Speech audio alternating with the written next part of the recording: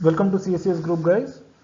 2014 का third part, इसमें हम लोग दो क्वेश्चंस देखेंगे। एक है निक्विस्ट प्लॉट से और दूसरा है गेन फैक्टर और आपका जीरो की वैल्यू निकालने के लिए। ठीक है, अगर आपने अभी तक इस चैनल को सब्सक्राइब नहीं किया तो सब्सक्राइब कर लीजिए ताकि आप कोई भी नया वीडियो मिस नहीं करेंगे। ठीक है, इसमें हम लोग UPSC CSC mains electrical engineering 2014 के दो क्वेश्चंस देखेंगे। 2014 का क्वेश्चन नंबर 5 था, a plant has OLTF, that is open loop transfer function. GS is given as this equation and determine the closed loop stability using Nyquist path and Nyquist plot.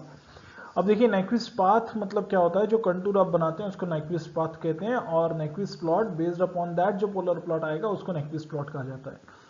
तो आपको याद रखना है, जैसे कि मैंने पहले भी अपने वीडियोस में जब मैंने Nyquist प्लॉट के क्वेश्चन सॉल्व किए उसमें कहा था कि जब भी आपके पास एक पोल एट ओरिजिन आता है तो जो आपका जो Nyquist कंटूर होता है ये होता है इन जनरल कंटूर, ये है एक normal contour.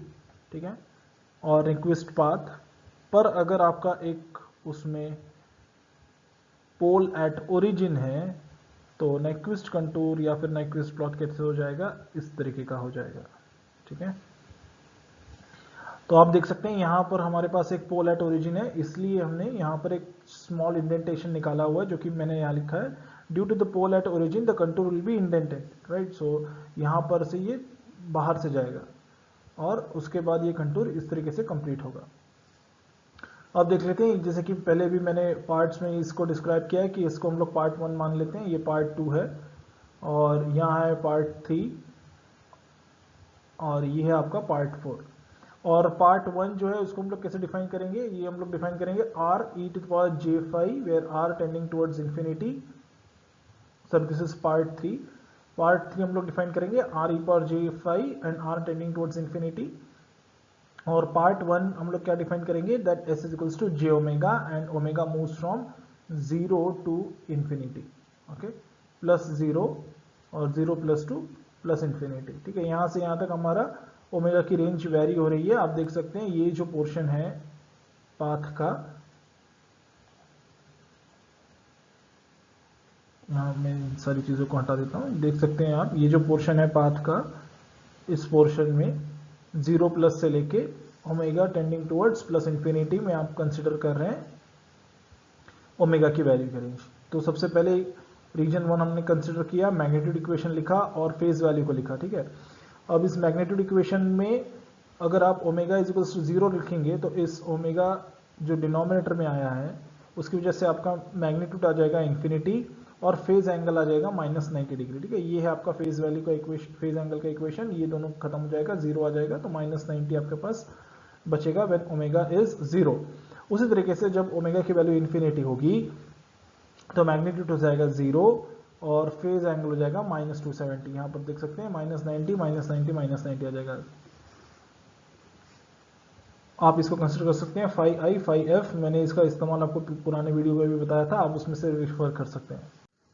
Next real imaginary part को सेपरेट करेंगे फेज क्रॉसओवर और गेन क्रॉसओवर को निकालने के लिए। तो फेज क्रॉसओवर अगर मैं कंसिडर करूंगा कि ओमेगा 2 पे आता है, ठीक है, omega 2 is the phase crossover frequency, तो फेज क्रॉसओवर फ्रीक्वेंसी का फॉर्मूला होता है that angle at that particular frequency is -180 degree. ठीक है, तो एंगल की इक्वेशन मैंने पुराने स्लाइड में लिखा था, पिछले वाले स्लाइड में लिखा हुआ है, तो आप उसमें से सेम इक्वेशन यहाँ पर मैंने कॉपी किया और इसको -180 से इक्वेट कर दिया। ठीक है, तो ये -90 यहाँ चला जाएगा जिस वजह से ये हो जाएगा +90 और ये वैल्यू भी आपकी चेंज हो जाएगी, नेगेटिव साइन की वजह से सारा कुछ चेंज हो जाएगा। तो आपके पास जो इसको सिंप्लीफाई करने के बाद जो टर्म आएगी वो ये आएगी। ठीक है, अब इसको आप tan inverse a plus tan inverse b is equals to 90 degree ऐसा कंसिडर कर सकते हैं और tan inverse a plus tan inverse b का फॉर्मूला अगर आप इस्तेमाल करेंगे और फाइनली इसको सिंप्लीफाई करेंगे तो आपके पास बचेगा ओमेगा 2 इज इक्वल्स टू 4.47। उसी तरीके से मैं इस वैल्यू पे गेन की वैल्यू निकाल सकता हूं, किस वैल्यू पे, ओमेगा 2 की वैल्यू पे। ओमेगा 2 की वैल्यू कितनी आ गई, 4.47। ठीक है, तो गेन क्रॉस ओवर फ्रीक्वेंसी पे जो फेस क्रॉस ओवर फ्रीक्वेंसी पे जो गेन आता है उसको हम लोग गेन मार्जिन कहते हैं। So gain margin is gain at phase crossover frequency, ठीक है। तो ये होता है आपका formula, gain margin is the gain at phase crossover frequency. तो ओमेगा की वैल्यू आपकी आ गई 4.47, मतलब इस वैल्यू पे जो फेज एंगल हो जाएगा वो -180 डिग्री होगा। अब इस वैल्यू पे, किस वैल्यू पे, ओमेगा की वैल्यू पे गेन की वैल्यू कितनी होगी उसको आइडेंटिफाई करना है, तो वो होती है 0.16। अब देखते हैं इसका implication on the Nyquist plot. So plot intersect the negative real axis at 0.16, ठीक है, for omega is equals to 4.47। तो यहाँ पर देखिए ओमेगा की इस वैल्यू पे मैंने यहाँ पर दिखाया हुआ है आपको,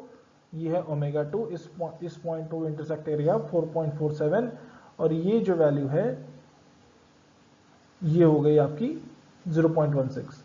एनीवे अभी इस क्वेश्चन में आपको ये सारी चीज़ों की ज़रूरत नहीं है, अभी पहले आपको इसका प्लॉट करना है। तो ओमेगा की वैल्यू 0 है तब मैग्नीट्यूड इन्फिनिटी है, इसलिए आप यहाँ से शुरू करेंगे, ठीक है। और जब ओमेगा की वैल्यू इन्फाइनाइट हो जा रही है तो आपके पास जो मैग्नीट्यूड है वो 0 पे आता है, इसलिए आप इस पॉइंट पे आएंगे। अब ये एंगल्स आपने कैसे डिफाइन किए मैंने पुरानी वीडियोस में भी कहा है, आप उसमें से भी रेफर कर सकते हैं, और मैं यहाँ पर फिर से आपके लिए रिपीट कर रहा हूँ कि यहाँ पर -90 डिग्री था, इसलिए आपने यहाँ से शुरू किया। एक बार फिर से कर देख लेते हैं, ये है 0, यह -90, यह -180 और यह -270, ठीक है। इसलिए आपने -90 से शुरू करते हुए यहाँ से शुरू किया है। इंटरसेक्शन आपने आइडेंटिफाई किया है क्योंकि फेस क्रॉसओवर आया है और इसलिए यहाँ पर ये एक टाइम इंटरसेक्ट हो रहा है, ठीक है। आपके पास एक ही वैल्यू आई है इसलिए ओनली वन टाइम इंटरसेक्शन है। उसके बाद ये क्लॉकवाइज तरीके से आके -270 का एंगल लेते हुए ओमेगा इज इक्वल्स टू +∞ पे मैग्नीट्यूड 0 में आके टर्मिनेट यहाँ पर हो जाएगा, ठीक है। इस तरीके से आप इसको प्लॉट कर सकते हैं। अब जाते हैं रीजन 2 की जगह, जो कि है 0 माइनस और -∞ के बीच में, ठीक है। इसमें आपको कुछ नहीं करना होता है, सबसे आसान ये रीजन 2 प्लॉट करना होता है, क्योंकि ये हॉरिजॉन्टल एक्सिस के, ये देखिए ये हॉरिजॉन्टल एक्सिस के मिरर इमेज होता है, ठीक है। तो जो भी आपके पास प्लॉट आया था उसका आपने मिरर इमेज कर दिया, तो यहाँ पर मैंने आपके लिए मिरर इमेज ड्रॉ की हुई है। अब चलते हैं रीजन की तरफ। नेक्स्ट रीजन है आपका पार्ट 3, और पार्ट 3 कहाँ पर है, that R e power j5 where R is tending towards infinity और phi value is moving from +90 to -90। Please देखिए यहाँ पे, ये मैं हाईलाइट कर रहा हूँ, यहाँ पे +90 से -90 की तरफ जा रहा है, इसलिए आपने यहाँ पे फाई की वेरिएशन लिखे हैं +90 से -90। अगर आप इस को सब्सटीट्यूट करेंगे जे ओमेगा की जगह, ठीक है, ये दिस इज एस और दिस इज जे ओमेगा, ठीक है। इसको अगर आप सब्सटीट्यूट करेंगे आपके ट्रांसफर फंक्शन में तो क्या क्या इंप्लीकेशंस आएंगे देखते हैं। आर की वैल्यू इनफाइनाइट पे जा रही है, इसलिए आपको उससे कोई अभी फिलहाल मतलब नहीं है, क्योंकि सारा कुछ जो टर्म है वो 0 पे आके खत्म हो जाएगा। अब देखते हैं ये एंगल कैसे चेंज होगा। एंगल वेरी होगा +90 से -90 where R is tending towards infinity, और इस वजह से क्या होगा कि जो एंटायर जो सेमी सर्कल था ये वाला एक सिंगल डॉट पे आके कन्वर्ज हो जाएगा, ठीक है। कोई वेरिएशंस नहीं आएंगी, चाहे कुछ भी वैल्यूज हो, ये हर समय एक डॉट के ऊपर आके कन्वर्ज हो गया। अब देखते हैं रीजन 4, ठीक है, D2 रिंग रीजन इसको कहते हैं। तो S की value epsilon E J theta where theta varies from -90 to +90। अब ये -90 +90 कैसे आ गया, आप फिर से इस D2 रिंग रीजन को देखिए। देखिए आपका जो एरो डायरेक्शन है वो इस तरीके से चलता है, तो आप इस पाथ पे ट्रैवल कर रहे हैं, तो यहाँ पर पहले आपने -90 को एनकाउंटर किया, फिर आप ऊपर जा रहे हैं तो आप लेटर +90 को एनकाउंटर करेंगे, ठीक है। यहाँ पर +90 हो गया। ये जो वैल्यू 0+ मैंने दिखाई थी वो दूसरी चीज के लिए थी, वो मैग्नीट्यूड के लिए थी, यहाँ पर मैं फेस वैल्यू को दिखा रहा हूँ, ठीक है। वो बेसिकली ओमेगा की वैल्यू थी जो 0+ लिखी थी, और यहाँ पर अभी मैं फेज वैल्यू लिख रहा हूँ जो कि -90 से +90 के बीच जा रही है। अब क्या हो रहा है देखिए, आप neglecting other terms and considering only origin, ठीक है। बाकी सारे टर्म्स को आप निग्लेक्ट कर सकते हैं, क्योंकि जो एप्सिलॉन है आपका टेंडिंग टुवर्ड्स 0 है, तो इस वजह से क्या हो जाएगा, 1/एप्सिलॉन हो गया आपका डिनोमिनेटर में। बाकी सारे टर्म्स अगर आपने डिलीट कर दिए, अगर आप ट्रांसफर फंक्शन देखेंगे तो, ठीक है, आपके पास ट्रांसफर फंक्शन में 3 टर्म्स थे, यहाँ पर आपके पास गेन था, यहाँ पर 1 प्लस ST1 था और 1 plus ST2 where T1 is 0.1 और T2 is 0.5, ठीक है, और K की वैल्यू 20 थी, ठीक है। तो अभी क्या हो जा रहा है यहाँ पे देखिए आप, इन सारे टर्म्स को आप निगलेक्ट कर सकते हैं और जस्ट इस रीजन 4 के लिए आपको 1/s का टर्म ही कंसिडर करना है। तो यहाँ पर मैंने कंसिडर किया है, ये गेन फैक्टर का भी यहाँ पर कोई महत्व नहीं है, तो क्या हो जाएगा 1/ε e⁻ j थीटा। अब देख सकते हैं इनिशियली थीटा कहाँ से कहाँ वेरी हो रहा था, -90 से +90।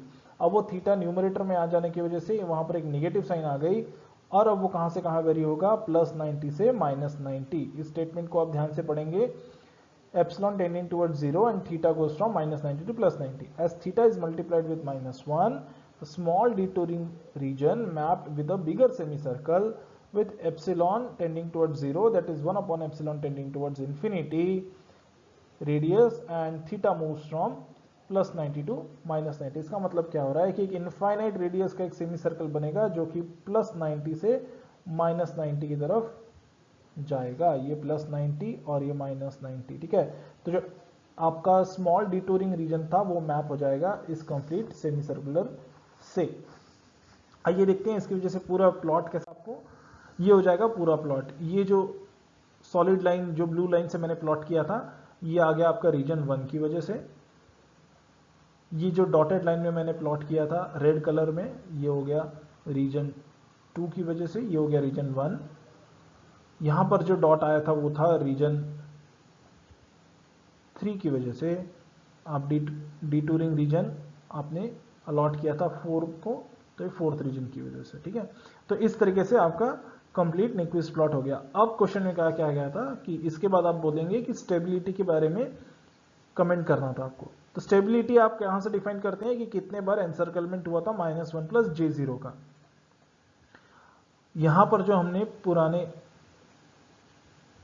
स्लाइड में जो वैल्यूज निकाली थी इस इंटरसेक्शन की वो थी लेस देन -1, मतलब यहां पर लाइक कर रही थी -1 के साथ ही इंटरसेक्शन नहीं हो रहा था, ठीक है। इसका मतलब क्या हुआ कि अगर आप यहां से इसको देखेंगे -1 से इसका कोई इंटरसेक्शन नहीं है तो एनसर्कलमेंट हो गए 0, और ट्रांसफर फंक्शन से अगर आप आइडेंटिफाई करेंगे तो number of poles lying and right hand side of the S plane is again 0, so capital P is also 0।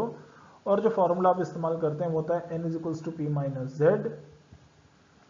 तो n की वैल्यू 0 है, p की वैल्यू 0 है, तो ऑब्वियसली z की वैल्यू भी 0 आएगी। इसका मतलब क्या होगा कि जो क्लोज लूप ट्रांसफर फंक्शन है उसका कोई भी रूट राइट हैंड साइड पे लाई नहीं करेगा। इसका मतलब सिस्टम इज ऑलवेज स्टेबल।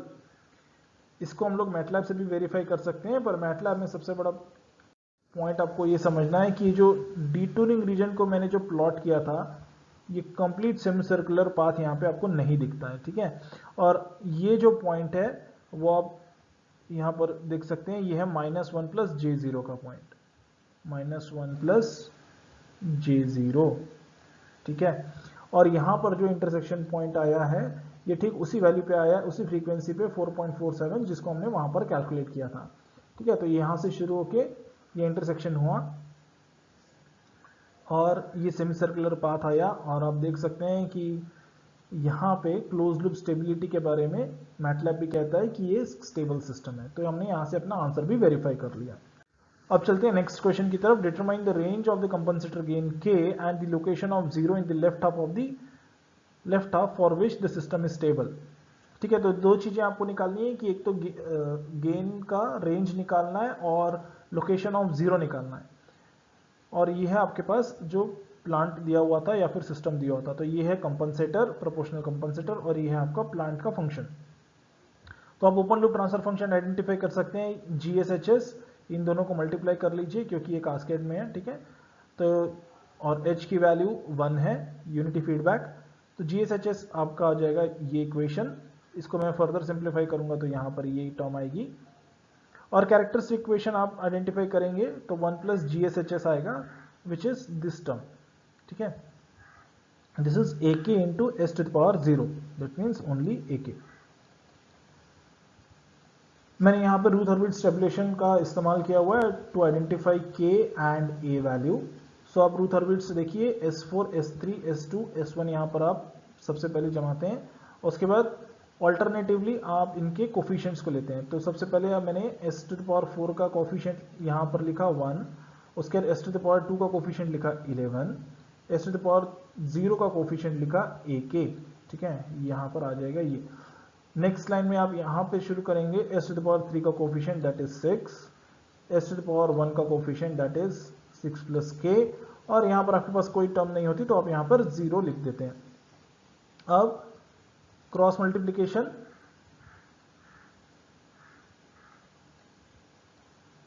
अब यहां पर आप इस टर्म के लिए क्रॉस मल्टीप्लाई करेंगे, 6 into 11 that is 66 minus 6 minus के डिवाइडेड बाय 6, ठीक है। तो ये कितना हो जाएगा 60 माइनस के डिवाइडेड बाय 6। यहां पर आप नेक्स्ट टर्म के लिए क्रॉस मल्टीप्लाई करेंगे, 0 के साथ 1 क्रॉस मल्टीप्लाई होगा और उसके पहले 6 इंटू 6 ए के हो जाएगा डिवाइडेड बाय 6, तो फाइनली आपके पास के ए ही बचेगा। सिमिलरली इस टर्म के लिए भी आप क्रॉस मल्टीप्लिकेशन करेंगे इन दोनों का,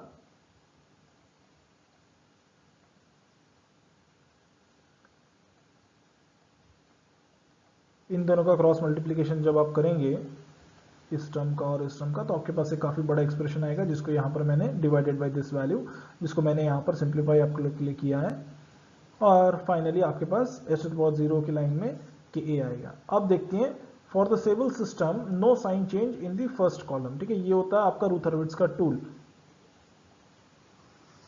जो आपको आइडेंटिफाई करवाता है कि स्टेबल सिस्टम कैसे हो। तो ये है आपका फर्स्ट कॉलम,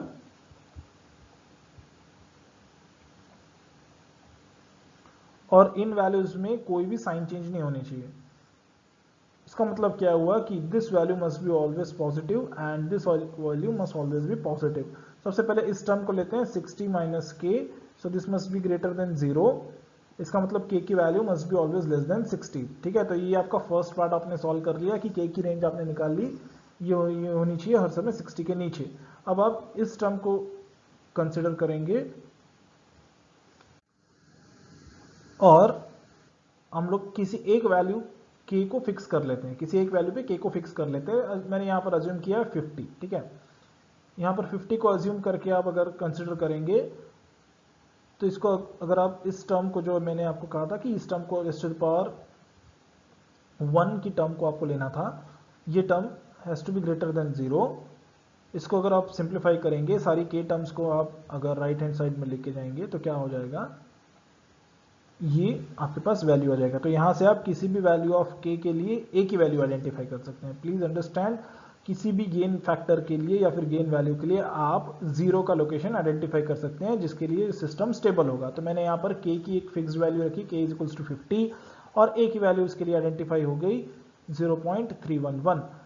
तो दो आंसर सबसे, दो क्वेश्चंस पूछे गए थे इसमें, एक तो रेंज ऑफ k और location of 0 for the system will be stable, ठीक है। तो आपको किसी एक पे k की वैल्यू को फिक्स करना था जिसमें वो स्टेबल हो, और उसके करस्पॉन्डिंग आपको लोकेशन ऑफ 0 आइडेंटिफाई करना था, तो कि यहाँ पे 0.311 है। आप किसी एक और भी वैल्यू पे भी कर सकते हैं, आप उसको आइडेंटिफाई करके देख सकते हैं कि 40 पे भी वो वर्क करेगा, 30 पे भी वो वर्क करेगा, ठीक है। तो इसमें कोई दिक्कत नहीं है, k की वैल्यू आप किसी भी वैल्यू पे फिक्स कीजिए, but k has to be less than 60, ठीक है। तो this term has to be satisfied always.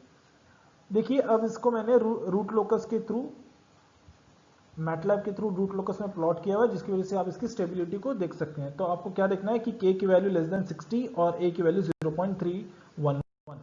तो ये देखिए रूट लोकस प्लॉट, k की वैल्यू लेस देन 60, ये हो गया लेस देन 50, मैंने k की वैल्यू को फिक्स किया था 50 पे। तो देख लीजिए 49.9 के बाद से यहाँ पर ये जा रहा है right hand side of the S plane, जो रूट लोकस जा रहा है वो right hand side of the S plane जा रहा है, इसका मतलब वहां से वो अनस्टेबल हो जाएगा। और a की वैल्यू को मैंने फिक्स किया हुआ था 0.311, ठीक है। तो a की वैल्यू 0.311 पे फिक्स थी, मतलब एक 0 पे, तो ये हो गया आपको 0, और ये है बाकी पोल्स। तो आपके 4 पोल्स थे जो कि इन सारी वैल्यूज पे पॉइंट्स पे लोकेटेड है, और यहाँ पर एक 0 था जो कि 0.311 पे लाई कर रहा था। और मैंने एक पर्टिकुलर सेट के लिए इसको प्लॉट किया है जिसमें k की वैल्यू को 50 रखा है और a की वैल्यू को 0.311 कंसिडर किया हुआ है। ठीक है, तो इसके लिए सिस्टम स्टेबल आता है। तो आप इन सारी चीज़ों से इजीली आइडेंटिफाई कर सकते हैं और वेरीफाई भी कर सकते हैं कि आपका आंसर सही आ रहा है कि नहीं। अगर आपको ये वीडियो बहुत अच्छा लग रहा है और आपके डाउट्स यहाँ से क्लियर हो रहे हैं और आपको और भी कोई डाउट्स आ रहे हैं कंट्रोल सिस्टम या फिर इसके रिलेटेड टॉपिक से, तो प्लीज़ आप मुझे कमेंट बॉक्स में लिखिए। मैं कोशिश करूँगा कि आपको बिल्कुल 24 आवर्स के भीतर रिप्लाई कर पाऊँ। Thank you guys, thank you for watching this video. अगर आपने अभी तक इसको सब्सक्राइब नहीं किया है तो प्लीज़ इसको सब्सक्राइब कीजिए। अगर आपको वीडियो पसंद आता है तो उसको लाइक कीजिए और शेयर भी कीजिए, ताकि और भी आपके फ्रेंड्स को जो कि इन सारे सब्जेक्ट्स में इंटरेस्टेड हैं और यूपीएससी की तैयारी कर रहे हैं उनको ये मिल पाए। Thank you so much. जय हिंद।